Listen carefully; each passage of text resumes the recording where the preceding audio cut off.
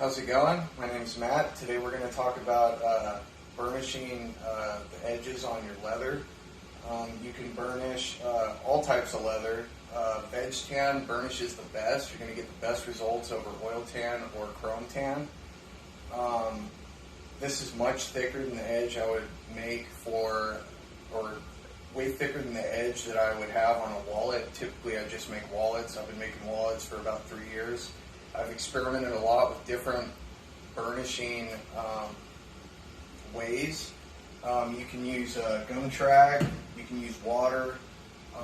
My favorite and the best way that I've found is to actually use beeswax and canvas. A lot of people use like gum trag and a wood burnisher. You can use it on a power tool. They have hand units.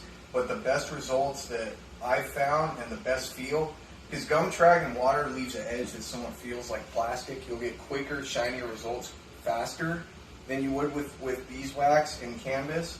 But the beeswax and canvas burnish job is going to yield much longer lasting and better waterproofing results.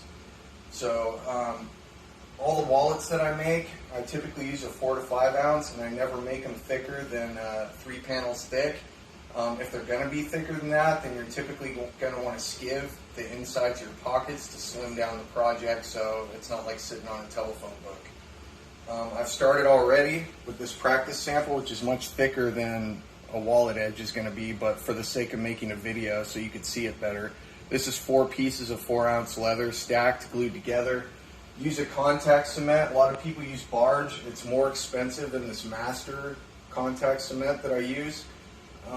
This stuff works perfect. I've been using it since the beginning, and because I've never had a failure, I continue to use it.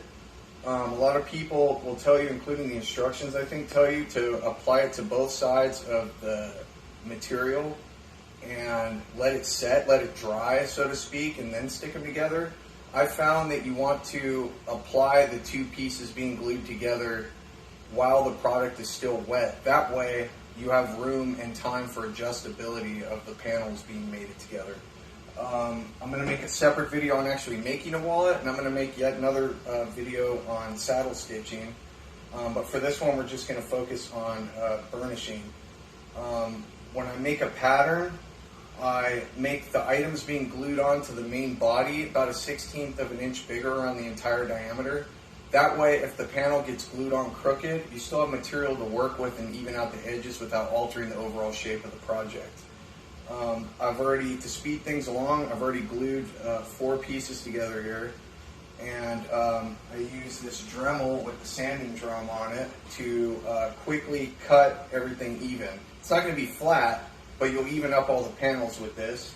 And then I'll move to, come here and zoom in.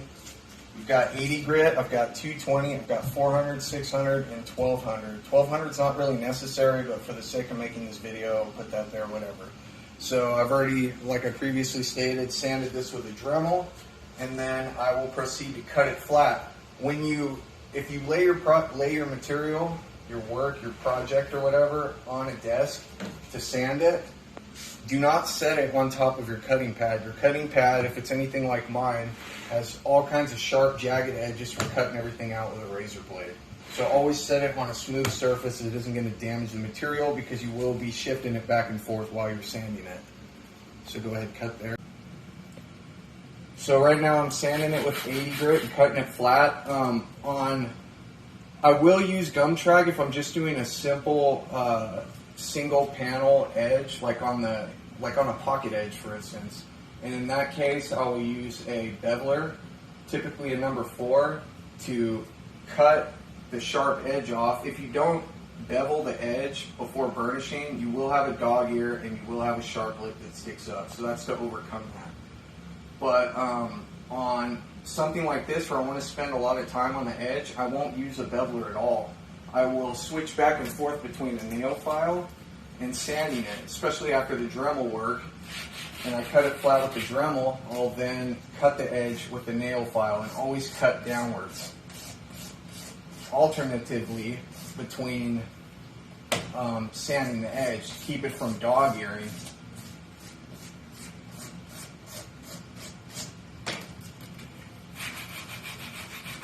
so you can cut.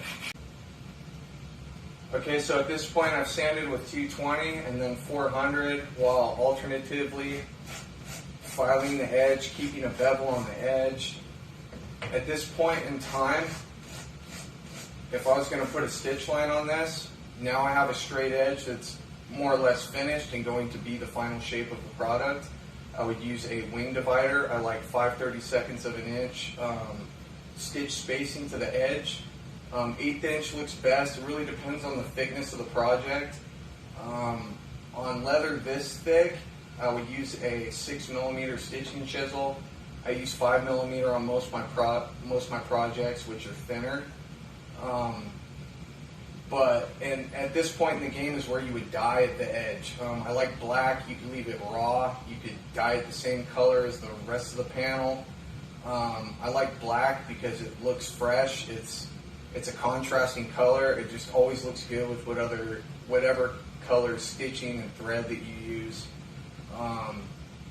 If you're making a wallet, typically you want a dark color because you will get dye transfer from denim or whatever else, and it just kind of looks funky to have blue dye all over the edge of a nice wallet. I don't know. So the black hides that. If you do go with a natural undyed edge, as patina develops with veg tan leather, it will eventually become the same color as the rest of the wallet, which is fine if that's the look that you want. Now that it's sanded to 400, you would dye it. I typically, if I'm going to stitch it, I'll stitch it first, and depending on how close to the edge and how less dense the leather is, you're going to get more warpage and dimples showing, or wrinkles, so to speak, on the edge of the leather. So after I would sew it, I'll then continue to sand it for a while with 400 prior to dyeing. And after you dye it and then you burnish it, odds are you're still going to see ripples in it, and you'll continue to have to go backwards. Burnishing edges is all about doing the same thing over and over again and repeating the previous step. So after I dye this, go ahead, shut it.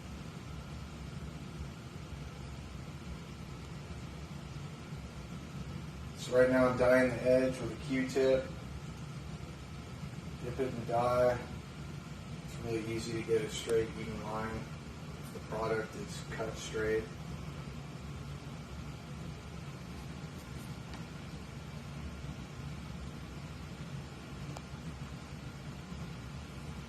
Really make it a point to saturate and add enough dye to penetrate bead. If you sand it finer than 400 grit, you're not going to get penetration. Even just 600 grit will drastically influence how deep the dye is going to penetrate into the flesh side of the leather.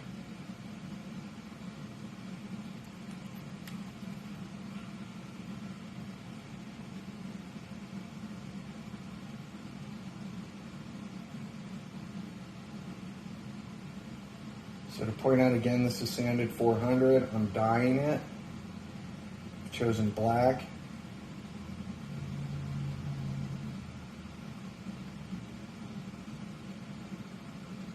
Add a little bit more.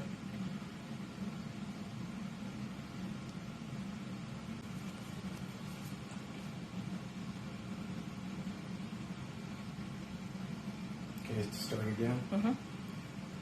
One thing I want to point out is when you're done with the dye, even though I'm not putting it away and I'm likely not finished with the dye, put the cap on it.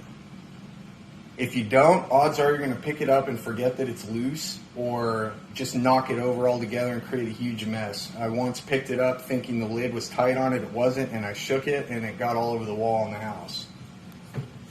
So at this point, you have a dyed edge. You really don't have to wait that long for it to dry. It's pretty much dry the moment you put it on. I will now switch to beeswax. I'll just put a generous amount all across the lead edge. Canvas works. This is Dickies pant leg. You can use Ben Davis pant leg. You can use any denim that you have, a pair of jeans or whatever. The coarser, the better. And then I just work it back and forth.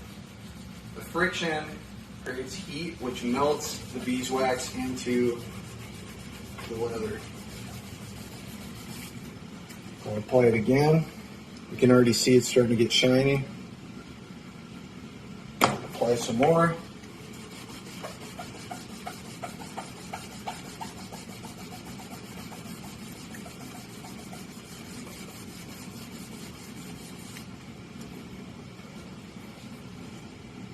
From this point, I will then sand with 600. I will go back a step. You're basically, think of it like wood finishing. It's almost like you're raising the grain of the leather, and then sand it and then burnish again.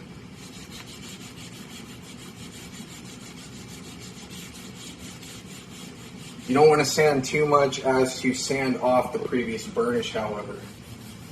Unless you need to. For instance, you have stitching ripples that have to be sanded out.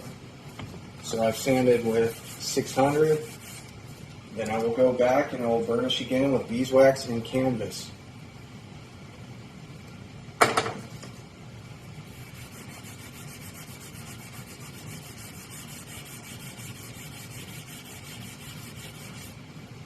Now, a lot of times while you're doing this, you will actually need to touch up areas of black. So you might think, well, if I'm going to have to touch up areas, why don't I just dye it at the end once I'm done with burnishing? If you rely on dyeing the whole product at the very end, then the dye will not penetrate the product. It's fine to have to re-dye it and touch up areas that might start looking thin, but you do not want to dye at the very end. So dyeing multiple times, get used to it. Odds are you're going to have to. On this particular product, it really doesn't look like I need to. I'll burnish again.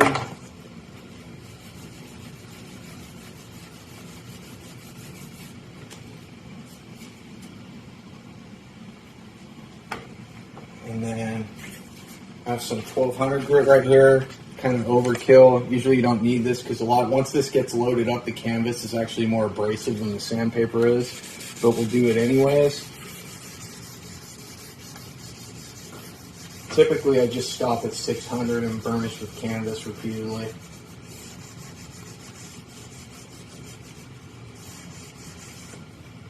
And then beeswax.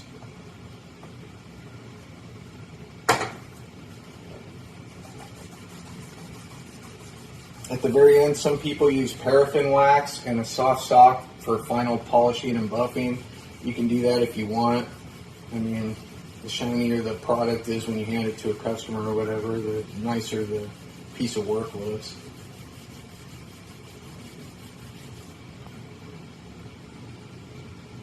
And there you have it.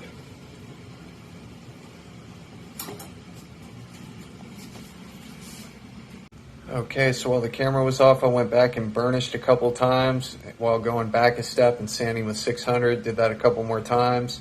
Then final sand with 1200 grit, and then burnished one more time. And this is the final result. This edge will last and look better for way longer than a gum trag edge or a water burnished edge. And it's waterproofed, and it doesn't feel like plastic.